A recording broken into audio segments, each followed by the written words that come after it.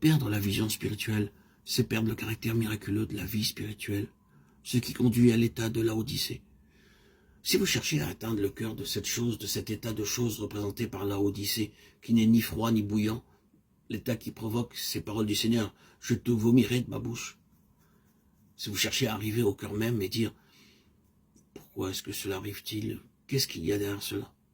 Alors une chose seulement l'explique. C'est simplement que la vie spirituelle a perdu son caractère miraculeux.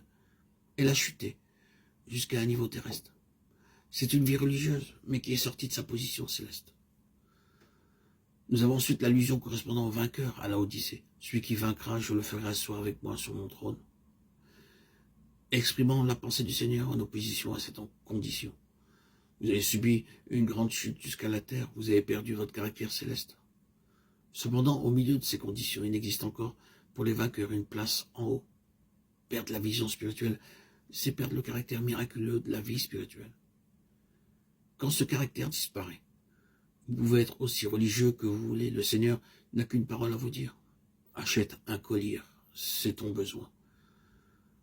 Ceci nous amène au besoin de l'heure, le besoin qui, bien sûr, est le besoin de chaque heure, de chaque jour, de chaque époque. Mais dans notre temps, nous sommes de plus en plus conscients de ce besoin. Dans un sens, nous pouvons dire qu'il n'y a jamais eu un temps où on ait eu un besoin plus grand de personnes qui puissent dire et qui peuvent dire « je vois ». C'est le besoin du moment. Grand et terrible est ce besoin. Tant qu'il ne sera pas satisfait, il n'y aura aucun espoir. L'espoir dépend de ceci, qu'il y ait des personnes qui se lèvent dans ce monde, ce sombre monde de confusion, de chaos, de tragédie et de contradiction. Des personnes qui soient capables de dire « je vois ». Si un homme ayant une position d'influence, jouissant de considération, se révèle aujourd'hui comme un homme qui voit, quel nouvel espoir naîtrait avec lui? Quelle nouvelle perspective? C'est là le besoin. Que ce besoin soit satisfait de manière publique, nationale, internationale ou pas, je ne sais pas, mais ce besoin doit être satisfait de manière spirituelle par des personnes sur cette terre qui se trouvent dans cette position et qui peuvent réellement dire « je vois ». Voyez-vous, le christianisme est devenu de beaucoup une tradition. La vérité a été résolue, en vérité, et mise dans un livre bleu, le livre bleu de doctrine évangélique. Une chose établie, protégée, sont des doctrines évangéliques. Elles établissent les limites du christianisme évangélique dans la prédication et l'enseignement. Elles sont présentées dans des formes variées et nombreuses. Elles sont servies avec des illustrations, des anecdotes intéressantes et attirantes, avec une originalité étudiée et exceptionnelle, de sorte que les vieilles vérités ne soient pas trop évidentes, mais aient une quelconque chance d'être comprises grâce aux vêtements avec lesquels on les habille. Beaucoup dépend aussi de l'habileté et de la personnalité de celui qui prêche. Les gens disent « j'aime son style, j'aime sa manière, j'aime sa façon de dire les choses ». Et beaucoup dépend de cela.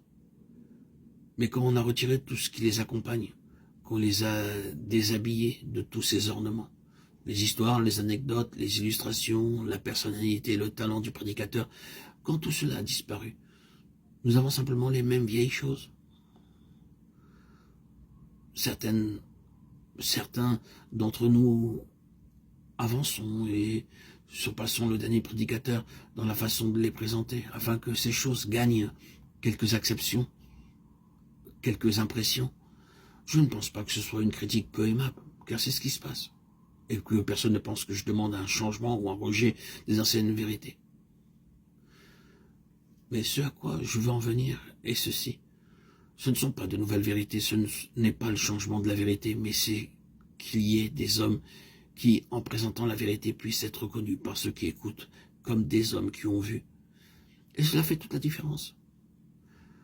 Pas des hommes qui ont lu, étudié, préparé, mais des hommes qui ont vu, dans lesquels il y a cet élément d'émerveillement de l'aveugle-né que nous trouvons dans l'évangile de Jean. Si il est un pécheur, je ne sais. Je sais une chose, c'est que j'étais aveugle et que maintenant je vois. Jean 9, 25.